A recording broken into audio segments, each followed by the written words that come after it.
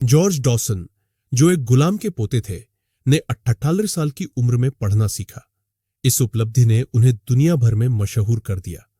Richard ग्लॉबमैन, जो George से बहुत प्रेरित हुए थे, ने उनकी जिंदगी पर एक किताब लिखने का फैसला किया, जिसका नाम है life is so good. George का मिशन था अपनी कहानी बताना और दूसरों की जिंदगी को बेहतर बनाने में मदद करना। प्रारंभिक जीवन जॉर्ज टेक्सास के मार्शल में पले बड़े। बचपन में ही उन्होंने परिवार की मदद के लिए फार्म में काम करना शुरू कर दिया था। एक दिन जब वे अपने पिता के साथ शहर गए तो उन्होंने एक दर्दनाक घटना का सामना किया। उनके दोस्त पीट को झूठे आरोप में फंसाकर गोरे लोगों ने उसे फांसी दे दी। इस घटना ने जॉर्ज के जीवन को बदल दिया और उन्हें यह समझने पर मजबूर किया कि जीवन में शांत रहना और परिस्थितियों का सामना करना कितना महत्वपूर्ण है। परिवार और संघर्ष। जॉर्ज का परिवार कभी गुलाम था, लेकिन उन्होंने अपनी मेहनत से एक नया जीवन बनाया। उनकी दादी और परदादी ने उन्हें गुलामी और आजादी की कहानियां सुनाई, जो जॉर्ज को बहुत पसंद थी। इन कहानियों से उन्हें अपने पूर्वजों के संघर्ष और उनकी ताकत का एहसास हुआ। कड़ी मेहनत और जिम्मेदारी। जॉर्ज ने बहुत छोटी उम्र में ही जिम्मेदारियों को समझा और परिवार के लिए मेहनत करने लगे। उन्होंने विभिन्न गोरे परिवारों के फार्म पर काम किया और अपने छोटे भाई बहनों की देखभाल में अपने माता पिता की मदद की। जॉर्ज के लिए उनका परिवार सबसे महत्वपूर्ण था और उन्होंने हमेशा अपने परिवार की भलाई के लिए काम किया। 1914 का समय, जब जॉर्ज डॉसन 16 साल के थे, वह लिटिल परिवार के फार्म में काम कर रहे थे। एक दिन उनके पिता अचानक आए और उन्हें घर वापस ले गए, क्योंकि जॉर्ज के अंकल और आंटी का निधन हो गया था और उनके कजिन्स अब जॉर्ज के परिवार के साथ रहने लगे थे। परिवार की बढ़ी हुई जिम्मेदारियों के कारण जॉर्ज को लकड़ी काटने के मिल में दूसरी नौकरी मिल गई। यहां काम करके उन्हें बहुत अधिक पैसा तो नहीं मिलता था, लेकिन परिवार की सहायता के लिए यह काफी था। जॉर्ज की मेहनत और जिम्मेदारियां। जॉर्ज के पिता उनकी कमाई का हिसाब रखते थे और जॉर्ज के लिए एक हिस्सा बचाकर रखते थे। जॉर्ज ने अपने कजिन्स को भी परिवार के हिस्से के रूप में अपनाया और उनकी भलाई के लिए काम किया। हालांकि जॉर्ज पढ़ना लिखना सीखना चाहते थे, लेकिन उन्होंने समझा कि इस उम्र में नौकरी करके परिवार की मदद करना अधिक महत्वपूर्ण है। बेसबॉल का जुनून। जॉर्ज खाली समय में अपनी बिरादरी के लोगों के साथ बेसबॉल खेलते थे। कभी कभी वे गोरे लोगों की टीमों के साथ भी प्रतिस्पर्धा करते थे, जहां उन्हें भेदभाव का सामना करना पड़ता था। गोरे लोगों की भीड़ अक्सर उन पर अंडे फेंकती और उन्हें भला बुरा कहती थी, लेकिन जॉर्ज और उनकी टीम इससे प्रभावित नहीं होती थी, बल्कि इससे उन्हें जीतने का और अधिक जोश मिलता था। यात्राएं और चुनौतियां। दूसरे शहरों में बेसबॉल खेलने के लिए यात्रा करना आसान नहीं था। जॉर्ज और उनकी टीम को कई घंटों तक बाथरूम ढूंढने और भोजन के लिए संघर्ष करना पड़ता था, क्योंकि काले लोगों के लिए सुविधाएं सीमित थीं। होटल भी उन्हें अंदर से सेवा देने की बजाय पीछे के दरवाजे से सैंडविच बेचते थे। जॉर्ज के पास इन चुनौतियों का सामना करने के अलावा कोई और विकल्प नहीं था। विश्व युद्ध का प्रभाव और जीवन की दिशा। 1917 में प्रथम विश्व युद्ध की शुरुआत हुई। जॉर्ज को उम्मीद थी कि उन्हें भी आर्मी में शामिल किया जाएगा, लेकिन मिल के मालिक ने उनकी उम्र को बदलकर जॉर्ज को रोक लिया, क्योंकि उसे अच्छे वर्कर की जरूरत थी। जॉर्ज ने 21 साल की उम्र तक मिल में काम किया। फिर उनके पिता ने उन्हें अपनी जिम्मेदारियों को खुद संभालने की सलाह दी। जॉर्ज को अब अपने भविष्य पर ध्यान केंद्रित करने का समय मिल गया और उन्होंने अपने मिल के साथी से प्रेरित होकर नई जगहों को देखने का सपना देखा। इस तरह जॉर्ज ने अपने जीवन के नए सफर की शुरुआत की। टेनेसी में संघर्ष। जॉर्ज डॉसन 2 साल तक टेनेसी में रहे, जहां उनका ज्यादातर पैसा खाने और ट्रेन के टिकट पर खर्च हो जाता था। उन्होंने मिसिसिपी नदी के किनारे दीवार बनाने की नौकरी कर ली, लेकिन उनके पास खच्चर न होने के कारण उनकी सैलरी ज्यादा नहीं थी। फिर भी उन्हें फ्री खाना और रहने के लिए एक केबिन मिल जाता था, जिससे वे संतुष्ट थे। वहां जॉर्ज की मुलाकात कई अन्य काले लोगों से हुई, जो अपने परिवार का पेट भरने के लिए रोजगार की तलाश में थे। हालांकि जॉर्ज का मकसद अलग था। वह सिर्फ एक यात्री थे जो विभिन्न जगहों का अनुभव लेना चाहते थे। परिवार में वापसी और कार चलाने का अनुभव।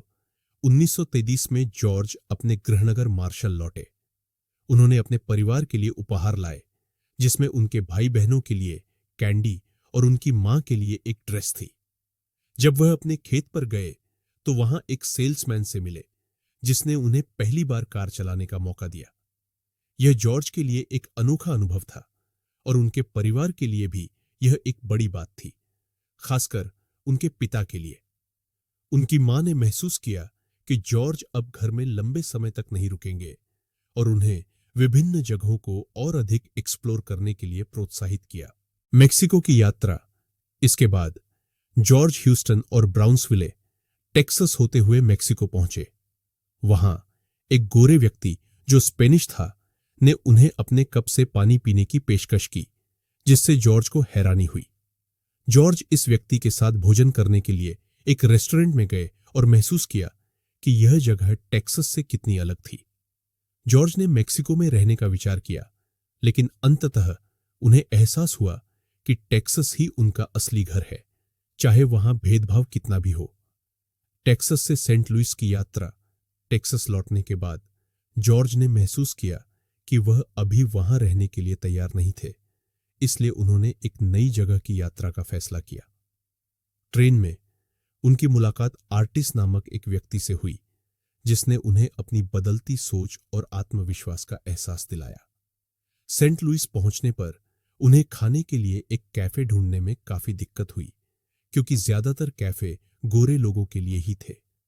आखिरकार उन्हें एक कैफे मिला जो सभी लोगों का स्वागत करता था। सेंट लुइस में काम और क्लीवलैंड की योजना। सेंट लुइस में जॉर्ज ने लकड़ी के बक्से उठाने का काम किया ताकि वह क्लीवलैंड जाने के लिए पैसे इकट्ठा कर सके। यह काम उन्हें $1 और फ्री खाना देता था, जिससे वह कुछ दिनों के लिए सेंट लुइस में रह सके। इसके बाद जॉर्ज क्लीवलैंड की यात्रा के लिए तैयार हुए। क्लीवलैंड से कनाडा की यात्रा। जॉर्ज डॉसन की क्लीवलैंड यात्रा उनके प्लान के अनुसार नहीं रही। गलती से उनके पास मार्शल वापस जाने का टिकट था, लेकिन बर्फ देखने की इच्छा ने उन्हें कनाडा जाने के लिए प्रेरित किया। कनाडा में जॉर्ज ने सडबरी और कैलगरी में कुछ समय बिताया और अंततः बैंफ पहुंचे। वहां उन्होंने कुछ लोगों से मुलाकात की, जिन्होंने उन्हें बर्फ देखने में मदद की। जॉर्ज ने पहली बार बर्फ देखी और उससे खेलते हुए खुद को ठंड में ठिठुरते हुए पाया। उन्होंने महसूस किया कि टेक्सास का गर्म मौसम कनाडा की ठंडी बर्फ से कितना अलग था। घर वापसी और नई शुरुआत।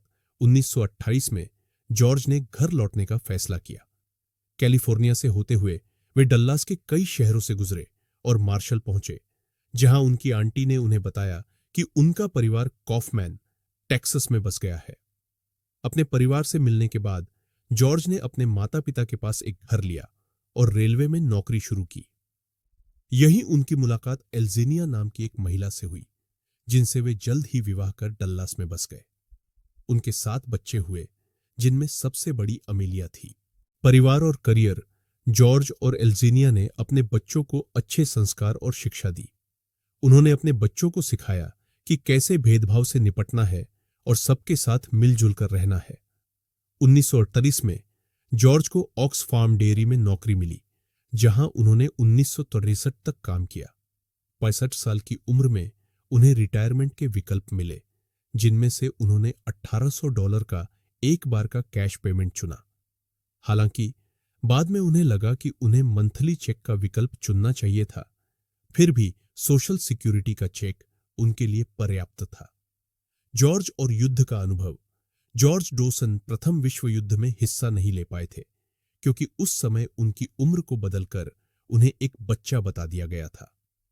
द्वितीय विश्व युद्ध के समय जॉर्ज की उम्र ज्यादा हो चुकी थी, इसलिए वह उसमें भी शामिल नहीं हो सके। हालांकि युद्ध के कारण अमेरिका में कई जॉब की स्थिति बनी, लेकिन जॉर्ज की पत्नी ने उन्हें कैलिफोर्निया जाकर काम करने से रोक दिया, क्योंकि उन्हें यह खतरनाक लगा।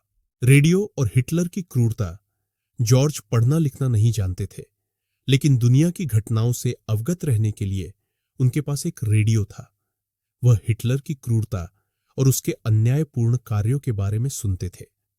जॉर्ज हिटलर के व्यवहार को समझने की कोशिश करते थे, लेकिन अंततः उन्हें लगता था कि हिटलर एक पागल आदमी था। जूनियर की कोरियाई युद्ध की वापसी। जॉर्ज का सबसे बड़ा बेटा जूनियर कोरियाई युद्ध के लिए सेना में भर्ती हुआ था और 3 साल बाद घर लौटा। उसने जॉर्ज को बताया कि सेना में उसे दुनिया के विभिन्न हिस्सों से आए लोगों के साथ काम करने का मौका मिला, लेकिन जब वह घर लौटा तो उसे फिर से नस्लीय भेदभाव का सामना करना पड़ा। जॉर्ज को यह जानकर दुख हुआ, लेकिन उन्होंने जूनियर को समझाया कि उसे दुनिया के हिसाब से एडजस्ट करना होगा। बुढ़ापे में नई चुनौतियां। 1960 के दशक के अंत तक जॉर्ज रिटायर हो चुके थे और अपनी दूसरी पत्नी के साथ रहने लगे थे। जॉर्ज ने 4 बार शादी की थी और वे अपनी सभी पत्नियों के अंतिम संस्कार में अच्छे से पेश आए थे, जिससे उनके पास पेंशन के पैसे नहीं बचे थे। जॉर्ज अपना खुद का घर बनाना चाहते थे, लेकिन अपनी बेटी की कैंसर की बीमारी के कारण उन्हें अपने सभी साधन बेचने पड़े। अपनी बेटी को खोने का दर्द जॉर्ज के जीवन का सबसे दुखद अनुभव था। बुढ़ापे में पढ़ाई की इच्छा। जॉर्ज हमेशा से पढ़ना लिखना चाहते थे, लेकिन गरीबी और काम की मजबूरी के कारण वह कभी स्कूल नहीं जा सके। एक दिन मिस्टर हेनरी नाम के एक व्यक्ति ने जॉर्ज को एडल्ट एजुकेशन क्लास के लिए आमंत्रित किया। 18 साल की उम्र में जॉर्ज ने पहली बार स्कूल में कदम रखा। वे समय से पहले क्लास पहुंचते थे और सीखने के लिए बहुत उत्सुक रहते थे। उनके टीचर और साथ पढ़ने वाले छात्रों ने उनसे बहुत कुछ सीखा। जॉर्ज की प्रेरणादायक यात्रा। जॉर्ज ने जीवन भर मेहनत की और अब वह अपनी पढ़ाई की यात्रा का आनंद ले रहे थे। उनके बच्चे भी उन्हें प्रेरित करते थे और उनकी पढ़ाई की सराहना करते थे। अब जॉर्ज ने अपने बच्चों से वही सवाल पूछना शुरू कर दिया जो वह उनके बचपन में पूछते थे, क्या तुम स्कूल में अच्छे से पढ़ रहे हो? इस बार जॉर्ज ने खुद जवाब दिया, हां, मैं पढ़ रहा हूं।